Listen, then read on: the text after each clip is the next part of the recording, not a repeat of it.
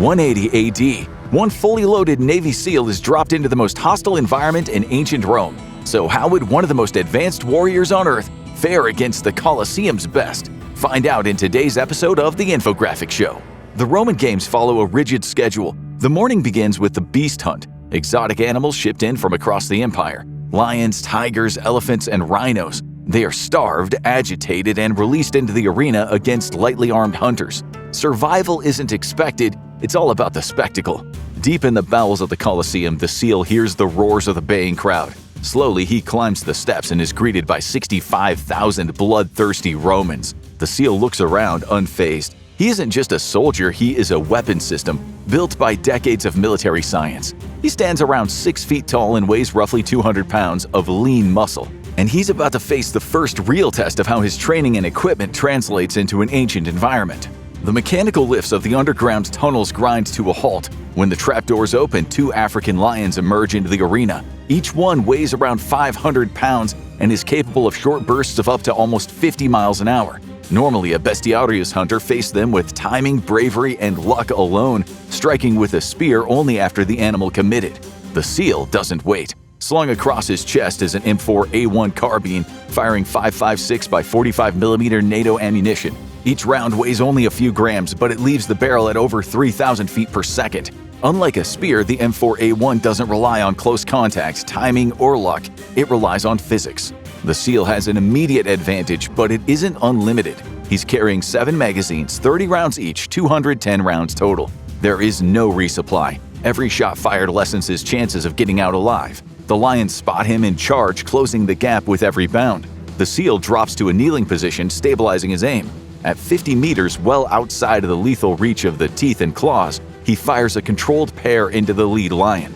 The rounds punch through the hide, muscle, and bone, destroying vital organs almost instantly. The lion collapses mid-stride and slides across the sand. The second lion hesitates, and that is fatal. The SEAL shifts his aim and puts 3 rounds center mass. The animal drops. 5 shots fired, 2 apex predators stopped. The crowd watches in stunned silence. A fight that would normally last minutes ends in seconds. The SEAL has taken no damage. His heart rate is elevated but controlled. But things are already working against him. He's wearing a level 4 ballistic plate carrier designed to stop high-velocity rifle bullets, far beyond anything Rome can produce. The ceramic plates and Kevlar helmet make him immune to blades, arrows, and animal bites if they hit protected areas, but the armor is heavy and the Roman sun is beating down on him. The arena floor regularly exceeds 90 degrees Fahrenheit. There is no shade, no breeze, and no way to remove the gear without becoming vulnerable. The lions are dead, but it comes with a cost. Ammunition, 205 rounds remaining. Physical condition, no injuries. The SEAL's weapons work perfectly, but time, heat, and limited ammunition are now factors that will impact every fight. The first encounter establishes the pattern. Against single threats, the SEAL's technology and training are overwhelming. The question isn't whether he can win individual fights. The question is how long he can stay on top once the challenges start to mount. And there is no time to rest. Midday at the Colosseum is reserved for the execution of condemned criminals. These men aren't trained fighters, they are prisoners, deserters, and enemies of the state, forced into the arena with minimal weapons. And their opponent is the SEAL. This is the first time he'll face human-on-human engagement, and the first time that numbers matter. 10 men enter the arena armed with rusted swords, clubs, and basic shields. None of them are wearing armor. Individually, they shouldn't be a threat. Collectively, they present a different challenge. In any close-quarters environment, being surrounded is a critical failure, and the SEAL knows this. Instead of standing his ground, he immediately backs up, moving to the arena wall. This removes half of the angles of attack, forcing the men into a 180-degree arc in front of him. He keeps his weapon on semi-automatic. Sure, full auto-fire would be quicker, but a spray-and-pray approach would waste ammo.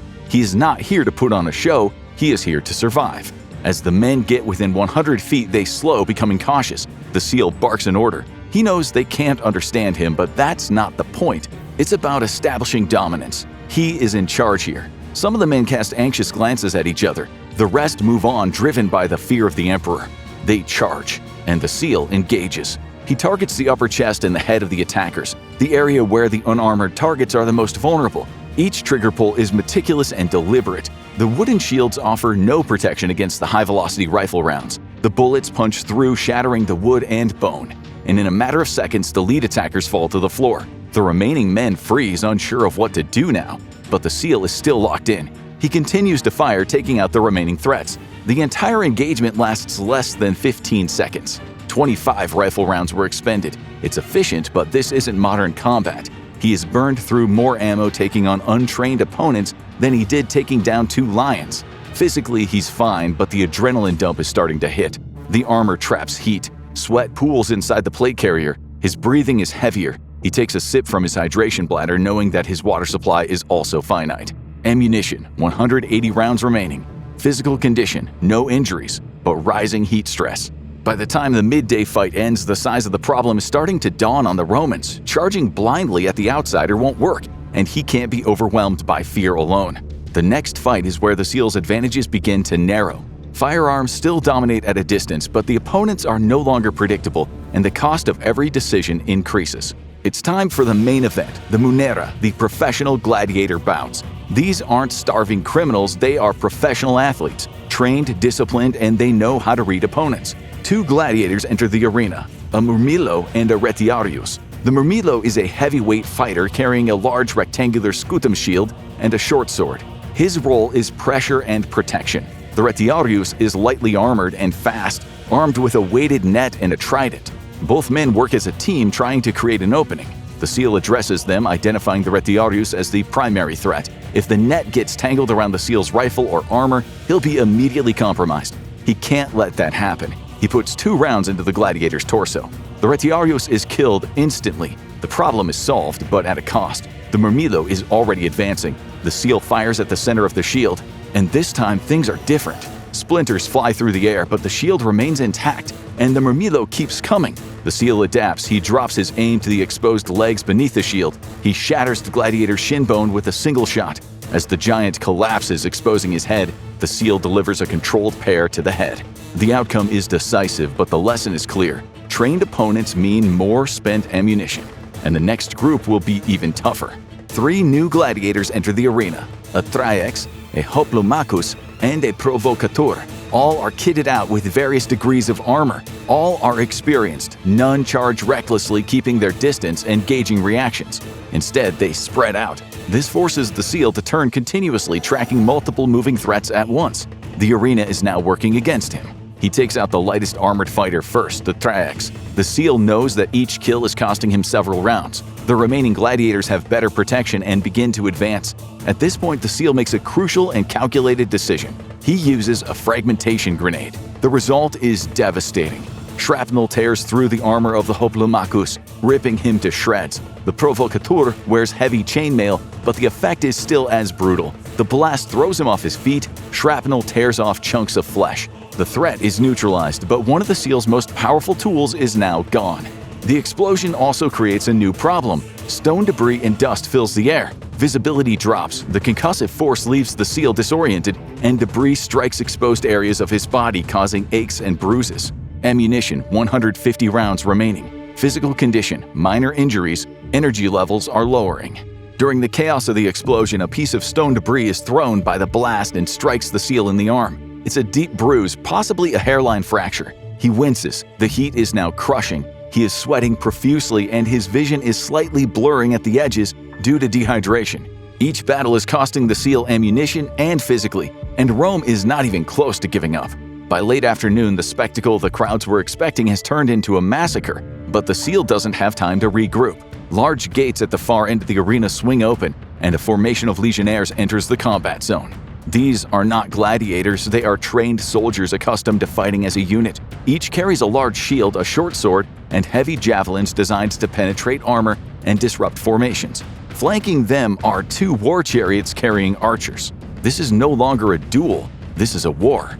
Rather than stay out in the open, the SEAL moves toward one of the fallen bodies and debris, using them as improvised cover. There's no real shelter, but even partial obstruction can break the line of sight and force the archers to change tactics. The Legionnaires advance in a tight formation, shields overlapping. Individually, a round can defeat Roman armor. Against multiple layers of wood and bronze, the effectiveness drops. So the SEAL switches to his underbarrel grenade launcher. He fires a 40mm round directly into the center of the men. The explosion breaks the formation, stopping or wounding 8 men instantly. As the surviving men scatter, the SEAL switches to full auto for the first time. picking off targets with rifle fire as soldiers attempt to regroup. It's effective but costly. He's burning through ammo at an unsustainable rate. Magazine changes are more frequent. His breathing is heavy. Sweat is soaking his gear, weighing him down. The archers adjust. An arrow strikes his chest plate. The armor holds, but the impact forces the air from his lungs. Another arrow slips through a gap in the armor, slicing into muscle along his thigh. Pain shoots through his body. The wound is searing hot. The SEAL fumbles for his medical kit and applies a tourniquet. It controls the bleeding, but it brings another problem. He's been weakened. Movement is harder. Every step takes effort. For the first time, the SEAL is an active target. Rather than continue to engage the infantry, the SEAL fires off shots at the archers. The ranged threat is eliminated, but the delay allows the remaining Legionnaires to close the distance. At close range, this fight is different. Shields slam into him, swords slash at the armor and glance off ceramic plates. His ballistic protection prevents fatal injuries, but it does not stop the blunt force trauma. Each hit drains his stamina and knocks him off balance. The SEAL fires at point-blank range, whipping his rifle around. He doesn't stop shooting until the threats are no more. The Colosseum is quiet. The SEAL is still standing. Barely. Ammunition: 50 rifle rounds, 2 pistol magazines, and 1 40mm round remaining. Physical condition: moderate blood loss, impaired mobility, severe fatigue. The latest fight has exposed the SEAL's fragility. Against organized forces, even modern weapons have their limitations. When the gates open again, the SEAL isn't an elite fighting machine. He is an isolated soldier with limited resources. His rifle is almost spent, his leg is bleeding, and exhaustion is setting in. The advantages that dominated the earlier fights are still there, but they are fading fast. Elite fighters enter the arena, warriors that aren't selected for their showmanship but for their experience. They are heavily armored, coordinated, and patient. They don't rush. They spread out, forcing constant movement and denying the SEAL the ability to lock on to a single target. The soldiers throw a volley of pila, heavy javelins designed to pierce armor and weigh down shields. The SEAL dives, but his movement is sluggish. One spear catches him in the side, cracking a rib behind his vest. The SEAL fires his rifle, hitting shields and armor. He takes out 2 attackers, but in the process he uses the last of his ammunition. The rifle is now dead weight. He tosses it aside. This is the moment the pistol takes over. A Sig Sauer P320 firing 9x19mm rounds. Compared to the rifle, it is slower, shorter ranged, and far less effective against armor. But in close combat, it is still lethal. The SEAL uses the pistol to target exposed areas, throats, faces, and any gaps in the armor. He drops another Roman and then another. But it is high risk. Every shot, every kill brings him within sword range. Blows land, shields slam into his body. Armor absorbs most of the blows, but the blunt force still shakes him, sapping his energy and causing his body to scream in pain. The pistol clicks, empty. The SEAL reloads under pressure using muscle memory. His hands are slick with sweat and blood. The second magazine empties quickly. When the pistol locks back again, there's no time to reload safely.